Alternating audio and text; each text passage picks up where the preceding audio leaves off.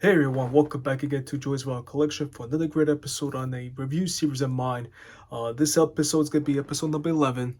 I got it right this time because usually I'm always a little bit lost in track since I'm not doing quite frequently these type of videos.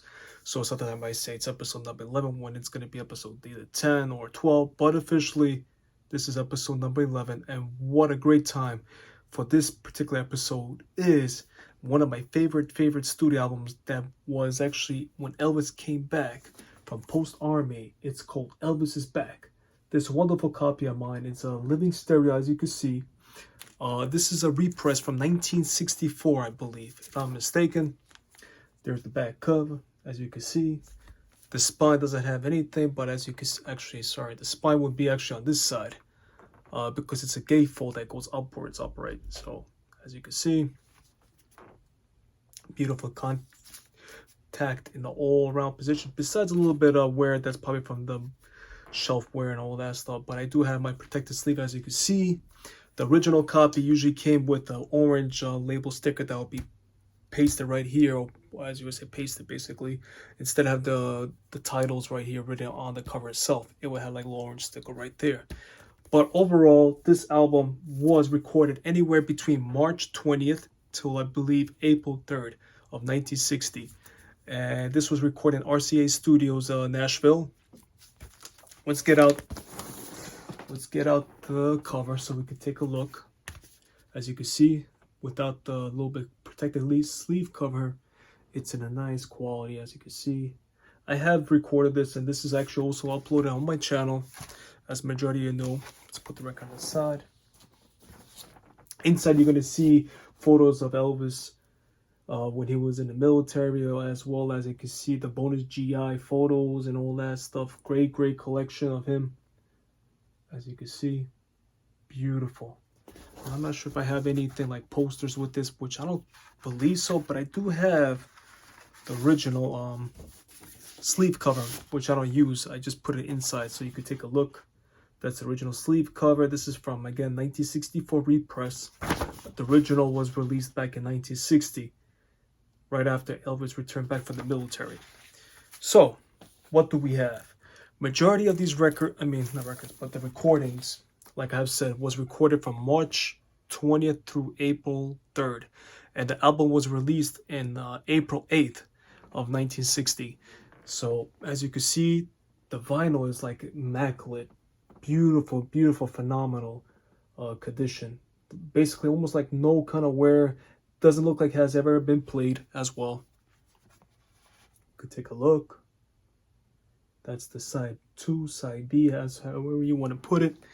The reading states as is on the runout. It's L2WY1967, and it's a 5S pressing.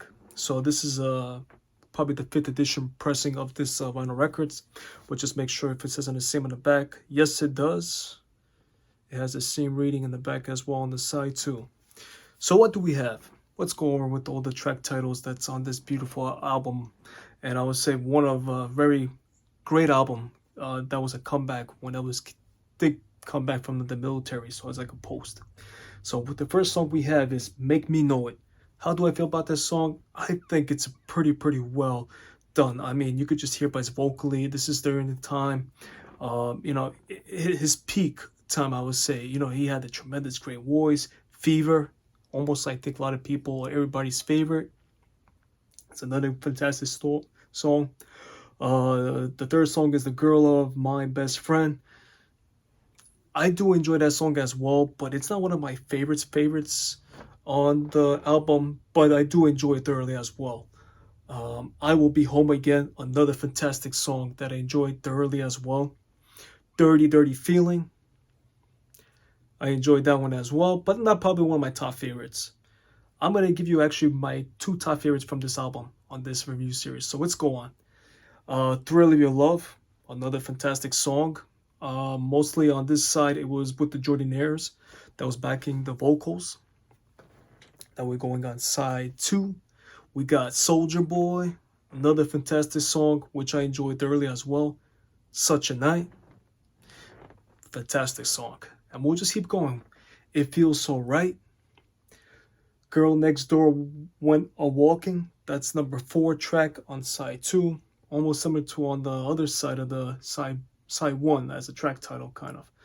Like a Baby, number 5, another fantastic song. And the last but not least, Reconsider Baby. And this is also all with the Jordanaires as well, recorded as a backup vocals. So now, going back, since this is one of my favorite albums, and probably one of my favorite albums from his early recording, let's say like his early days, I would say from when he first started from 54 to the early, let's say the 60s, before all this other soundtracks that he was releasing, meaning like GI Blues and everything else. My top favorite 2 songs from this album would be basically Such a Night is one of my favorites, and the last and but not least, Like a Baby. Everything else is one of my charting top, like I enjoy him so thoroughly. Like Reconsider Baby is also one of mine. Probably could be my third or the fourth.